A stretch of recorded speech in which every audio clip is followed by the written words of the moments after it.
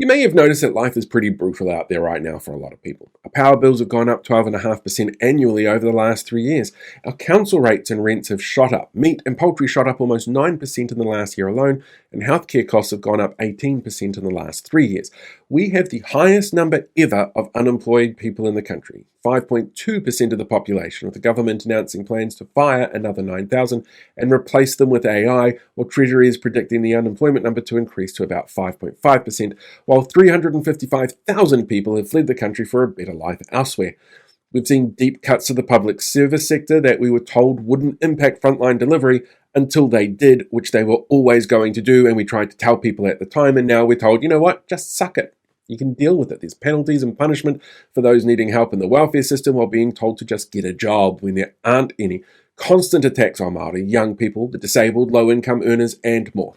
Unless you're a mega landlord, you work for a right-wing lobby company that's also an AstroTurf or a tobacco company or a narcissist nepo baby who abuses the left on social media, chances are you have felt a negative outcome or two from the coalition in some way.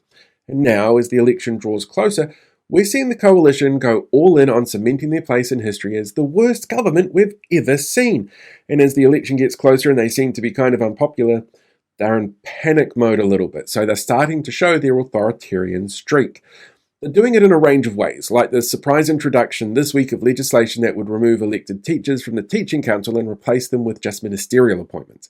That also came with a language change to the legislation that meant the council went from acknowledging government policy stances to being forced to take them and give them effect. So the new law means those almost 80% of schools said that they still plan to give effect to Te Tiriti, and Erica said last year, that's their choice.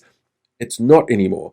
While government MPs then complain that other processes are being held up because they introduced this bill and the opposition are trying to deal with these things, and suddenly everything else is everyone else's fault but theirs. Then there was the support that we saw being thrown behind Jenny Marcroft's anti-trans members bill. Now, this is a blatant culture war topic designed to appeal to the worst people in the country, and I guarantee the comment section will show them pop up, and you can follow their profiles and you'll see that they are both creepy, horrible, and don't understand what science is and have absolutely no empathy. Anyway, before this bill was drawn, Chris Luxon called this type of bill a solution looking for a problem and something to ignore so that they can get back to basics. David Seymour said the issues this bill addresses are pointless and the real culture war was the friends he made along the way. He said the real culture war was economical and philosophical, claiming those pushing against self-determinism were promoting a culture of tall poppyism. Hypocritically, they have both now come out and said that they're supporting the bill in the spirit of the coalition because this bill is not explicitly listed in the agreement with New Zealand First.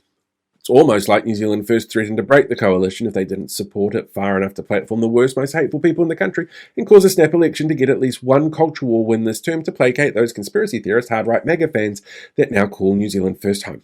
And now those other parties put out posts deriding self-identification and claiming to want to simplify the process, despite the fact the Attorney General's report shows it is inconsistent with current legal definitions and statutes and breaches the Human Rights Act. And you'd be surprised how often the Attorney General's office has said that in the last 3 years. And this is a bill that's apparently based on the simple premise that biological sex is a simple, neat binary that's easily defined.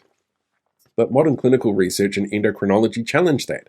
Turns out biological sex is determined by a complex, multi-layered network of genetic, chromosomal, gonadal, hormonal, and anatomical markers that develop over lifespans.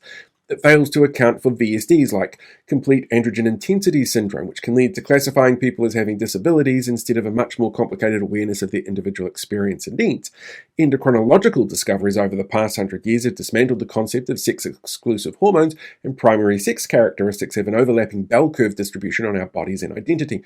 Bioethicists argue that we're dealing with a complex, multidimensional spectrum, and that's before we even look at epidemiological consequences of this bill, the actual public safety outcomes this bill has caused in other areas around the world that are actually the complete opposite of what the supporters of the bill say they are, the mental health disparities and outcomes, human rights protections, treaty obligations around self-determination, the impact that this would have on the lives of individuals, and the way the worst people are creaming themselves in excitement over this, including some of the MPs involved.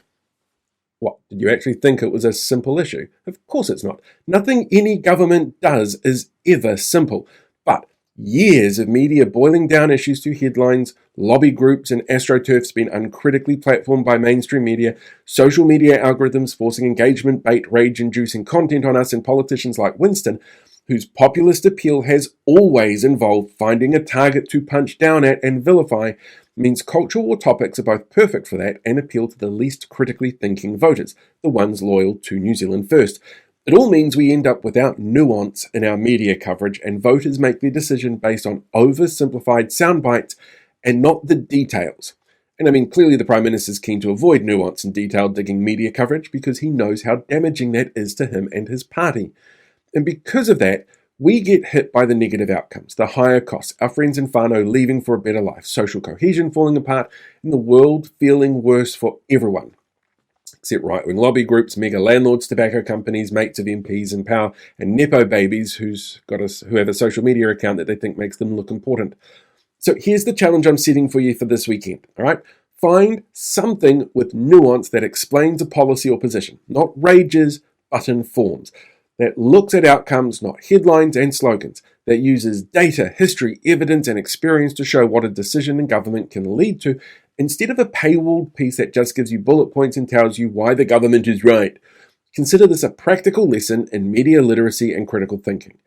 And then use that to write a submission to the Select Committee, because we may have just over 5 months till the election, but the coalition is showing us that instead of pulling back to ease into the election, they're scared of losing and are going to burn the place to the ground to get what they want before they're removed. And the best way to stop that happening is to get informed properly and to push back where we can and to make sure you're ready to vote. Oh, hey there, podcast listeners. Thanks for checking out today's podcast, whether that's on video or audio. I really appreciate it. And I did finally get around to doing a podcast end tag, which I've been meaning to do for a while instead of just taking you onto the Facebook version. So while you're here, why not hit that subscribe button so that you can get updates coming in directly every time there's a new episode uploaded. Just seems like a really simple way to keep up to date with all of the crazy that's going on. So yeah, give that a shot and I'll talk to you soon.